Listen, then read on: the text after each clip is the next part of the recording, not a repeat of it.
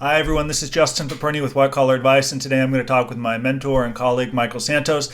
Michael, many of the clients, by way of White Collar Advice, end up at a federal prison camp. Some, however, do go to a low, and there are many questions about the differences between a low and a camp. You, of course, served 26 consecutive years in prisons of all security levels, including a low and a camp. So on the top of your mind, are there any significant differences that you can share with our viewers?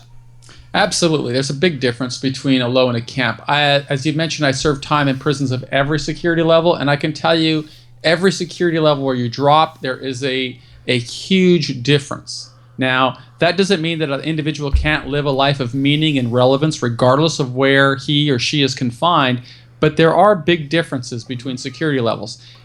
With a low, a problem that a lot of people have is they have this misperception that it is dangerous. Now, the reality is it's dangerous living out here in society. Okay, it doesn't matter where you are, you're always vulnerable. You're always living with people, and although you can control your own behavior, you can't control the behavior of other people.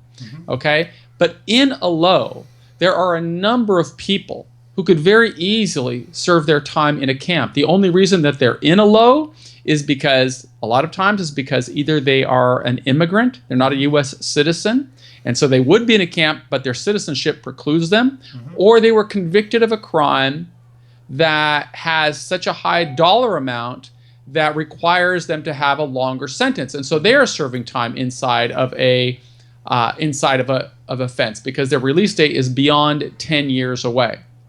That said, anyone who is inside of a low can really find more opportunities than exist in a camp.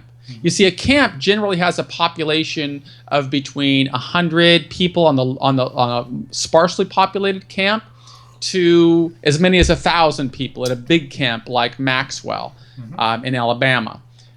Most lows are going to have populations of 1,000 to 2,000 people inside of one institution, one facility. And as a consequence of them having 2,000 people, you can expect there are going to be a lot more programs and a lot more activities to pursue in a low. So that's a huge advantage for people.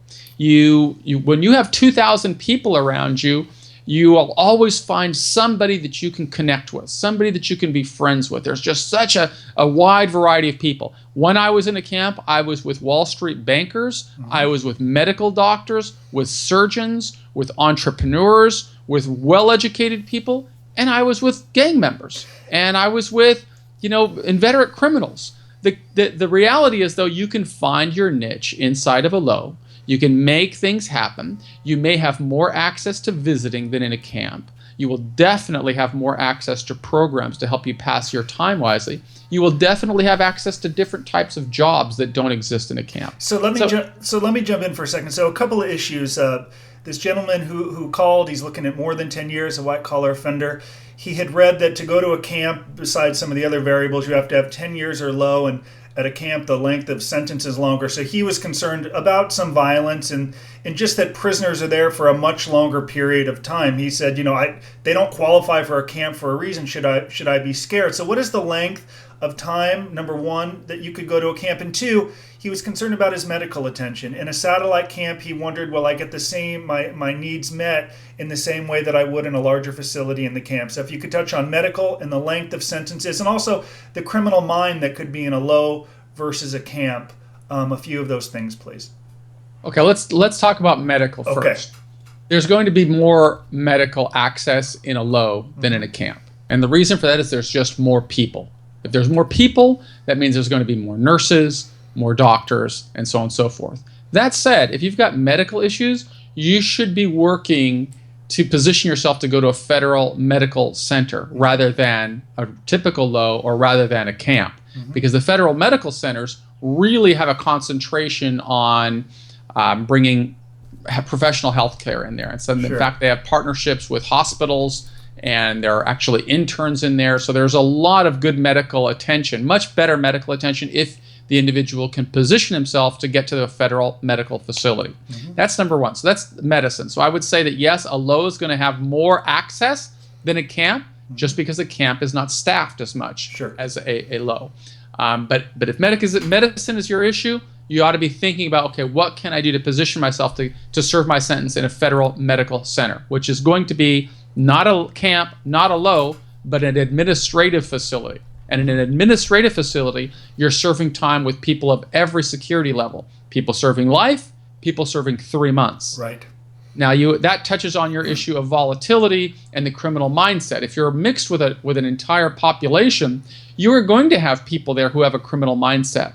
But everybody is after the same thing. We're all human beings. We all have an exit date. And when you're in a medical center, you're going to be focusing on getting well, okay? And not engaging in the types of disruptive behavior that would exist that I would say is more peculiar to a medium security facility or a high security facility. Unless you're going to a medium or a high, volatility isn't the issue that I would be concerned with, because you can maneuver your way around that. Yes, there are people that are serving lengthy sentences. To get to your question on time, to go to a camp, you have to be within 10 years of your release date. It doesn't mean your sentence has to be 10 years. You have to be within 10 years of your release date. I had a 45-year sentence. As soon as my sentence was within 10 years, I went to a camp. Right. So, and by then I think I had like 16 years of prison behind me. So I went to a camp for my last decade. In a low, the current policy is you have to be within 20 years of your release date. So you may have people there serve. I had a good friend of mine who had a life sentence. He ended up serving 30 years. The last 20 years, he served in a low security facility. Life sentence. He was convicted of murder, contract killer, he was convicted of a contract killing, but he served 30 years in federal prison, 20 years in a camp. If you want to get an idea of what he looks like, I encourage you, go to my podcast, go to the webinar. You can actually see a picture of him. His name is Jimmy Hamilton. I'll put up a link to it. And he's a great example of the type of person that you're going to serve time with in a low. You'll see he's very articulate, he's well spoken, he is positive, he was deliberate, and you're going to find people regardless of where you go. You're going to associate with the people that you choose. So let's touch on a couple of other issues quickly as we wrap up. When I visited in a federal, I asked you right when I met you in federal prison, what is visiting like? Is it going to be traumatic for my family? And I learned it was a pretty comfortable experience. You said, Justin, it's going to kind of look like an airport cafeteria. There's an open room. You're going to be with your family. And it was a pretty comfortable experience to visit. Is the check-in process similar in a low? Are you separated like you might be in a higher security prison? So give us a comparison of visiting in a camp versus a low. Well, what do you mean when are you separated?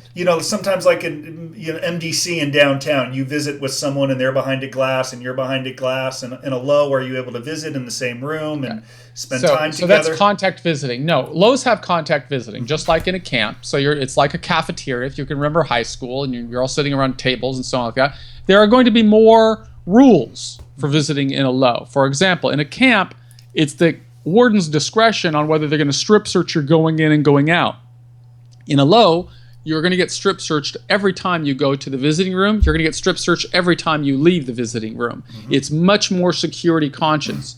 You're going to have cameras, surveillance cameras throughout the visiting area that will be on people at all times. You are going to have more staff members walking through the visiting, which can be somewhat obtrusive. That said, I did 8 years in a low security prison, and I was productive every day. I got married inside of a low security prison. I had more visiting access when I was in there.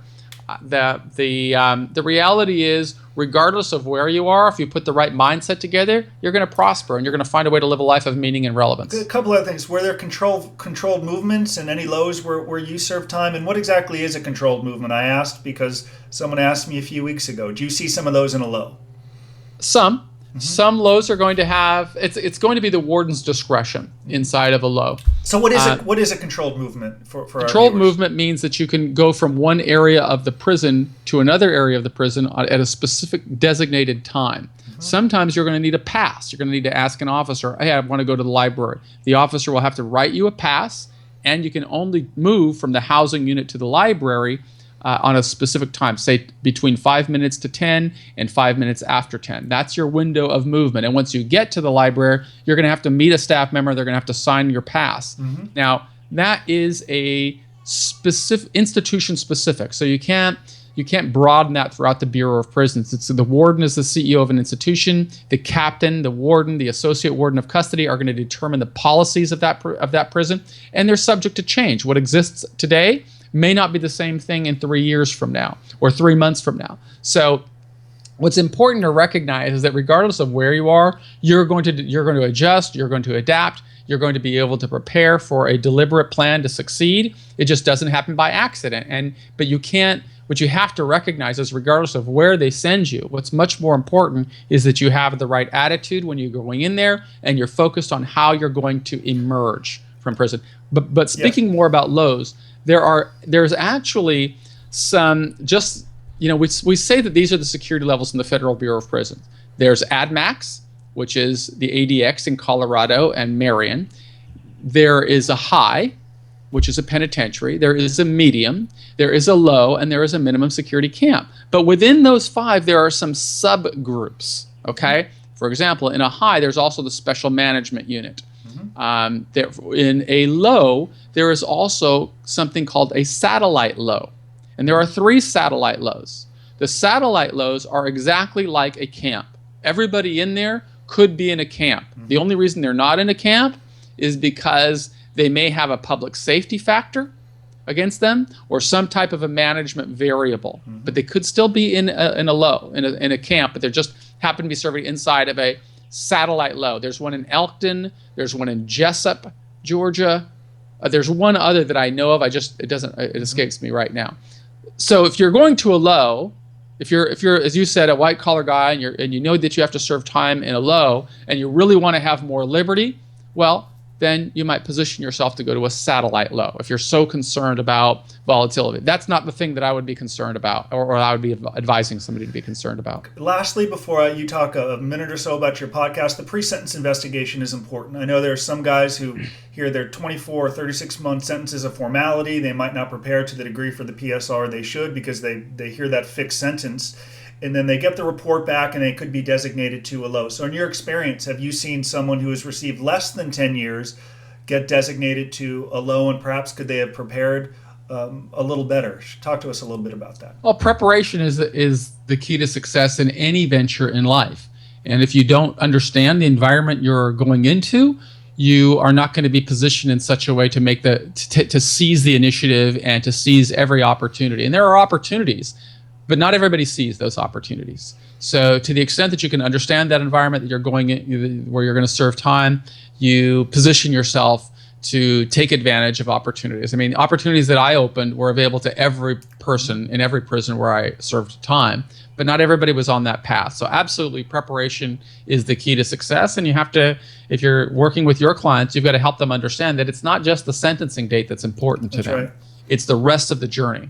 It's positioning yourself for supervised release. It's positioning yourself to get to the halfway house at the soonest possible time. It's positioning yourself so if you want to serve time in a specific institution, you are taking the steps necessary that can advance that possibility. It's positioning yourself so that you're prepared to transition into the job market, into the credit market, into many areas that you're going to face on the other side of this journey. And it's helping your family get through. So preparation is crucial. The statistics bear that out. 7 out of 10 people who go into the prison system really face enormous challenges, and their family members can face challenges too. So I believe preparation is really essential. So when I met Michael in prison in 2008, these is some of the first conversations we had were about exactly that: how to prepare, how to nurture a relationship with a probation officer, line up a job in the halfway house, prove worthy of the love that my family had given me. And it takes me back in many ways to federal prison and how much I learned from you. To close, Michael, many of the people have found me by way of your podcast. Thankfully, you have mentioned me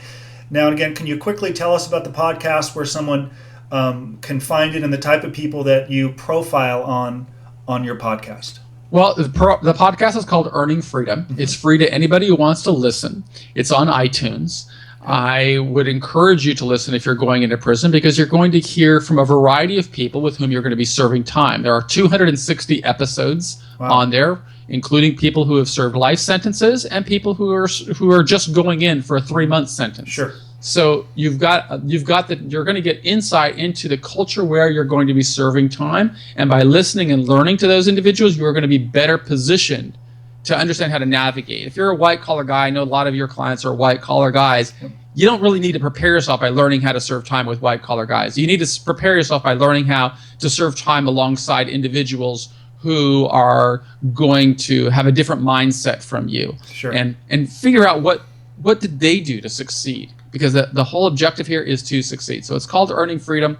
As I said, there's 260 episodes, people from every socioeconomic background, and it'll give you a real insight into going through the prison system, but also coming out successfully. And I would encourage you to listen. If you're an Apple user, please subscribe to the show, rate and review it. It's free. I'll put up links to it, Michael. Thank you so much for all you do, and of course your mentorship of me, and thank you for contributing to our episode today. All right, buddy. Take care. Okay. Bye-bye.